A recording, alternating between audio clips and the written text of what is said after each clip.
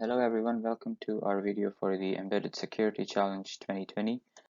My name is Ashit Farhan. I'm a third-year computer engineering student at the American University of Sharjah, and along with my teammate Faraz Ilahi Mohammed, we are TeamZero.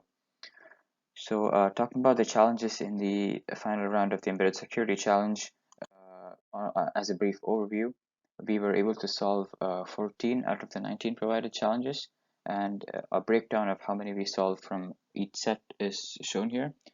So we feel that 14 out of 19 is not too bad, considering that we were beginners to the general field of reverse engineering, but we felt that we could have done better, although this number isn't too bad in our opinion.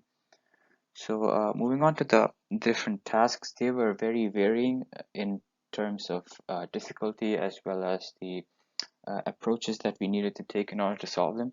Some of them were very upfront about what we had to do in order to solve them, whereas in others we had to figure out what was going on and then try to reverse engineer a solution.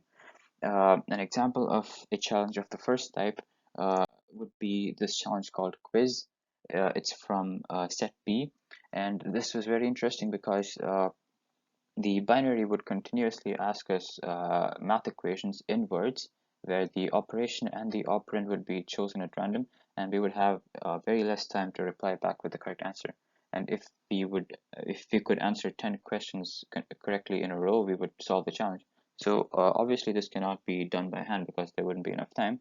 So the goal of the challenge is to write a program that would interface with the binary, read the question, extract the numbers and the operands, perform the operation, and reply back with the correct answer. So in challenges like these, they were very upfront about what it is that we had to do, and the actual task was implementing a solution that worked.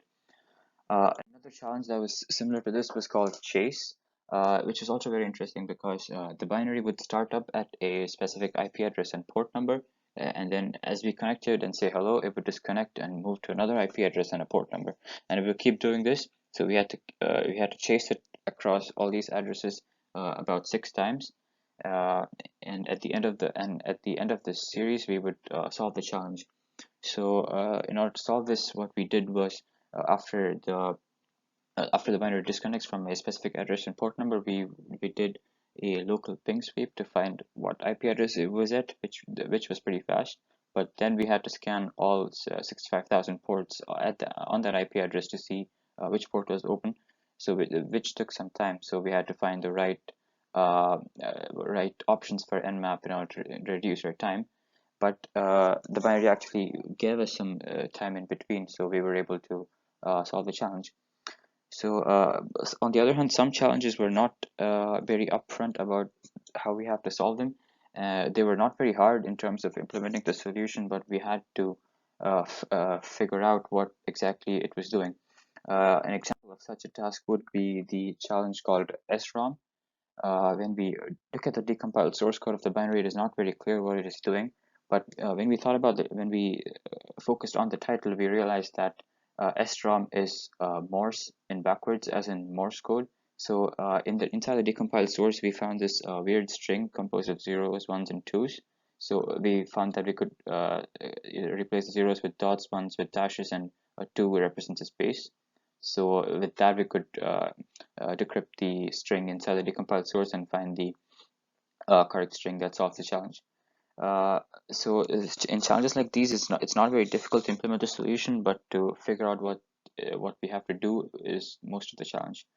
Another similar task was called Parthenon, which was also kind of interesting because we couldn't figure out what was happening inside the decompiled source. But then we thought about the title again, and when we think about Parthenon, columns come to mind, and from there we thought of the column cipher, which is pretty popular. So we found that we checked keys with small lengths, and we found that a specific permutation of key length 5 actually solves the given ciphertext, and we could find the actual plain text. On the other hand, some challenges were not like these because they required a lot of reverse engineering. We had to figure out what was happening inside and then write code that generates the correct key, as in the recycle task, which was basically XOR encryption, but the key was getting reused, so we had to retrieve the key. But in contrast to a challenge like this, there was this other challenge challenge called Pursuit, which was quite easy to solve when compared to the points that it gave us, because all we did was we looked at the printable strings inside the binary, and if you look at the red circle here, you notice that this is actually a URL that has been fragmented. So when put together, this actually becomes a link to a pastebin page, and when we go to the page, we find the correct password that solves the challenge. So compared to the previous one, this is not at all hard in terms of implementing a solution, because all we had to do was go through the strings, or go through the decompiled source and find this URL, which would essentially solve the challenge for us. So with that, I'd like to conclude, and most importantly, I'd like to thank the organizers of the ESC and CSAW for making all these wonderful challenges. They were really great and such a wonderful learning experience. Even though some of the challenges cost us many sleepless nights, it was really worth it when you solve a challenge that you had been stuck on for a long time. So it was really a great experience, and I'd like to once again thank the organizers for giving us this opportunity. And I'd like to conclude by wishing the best of luck to the other teams that have qualified to the finals. And thank you for watching.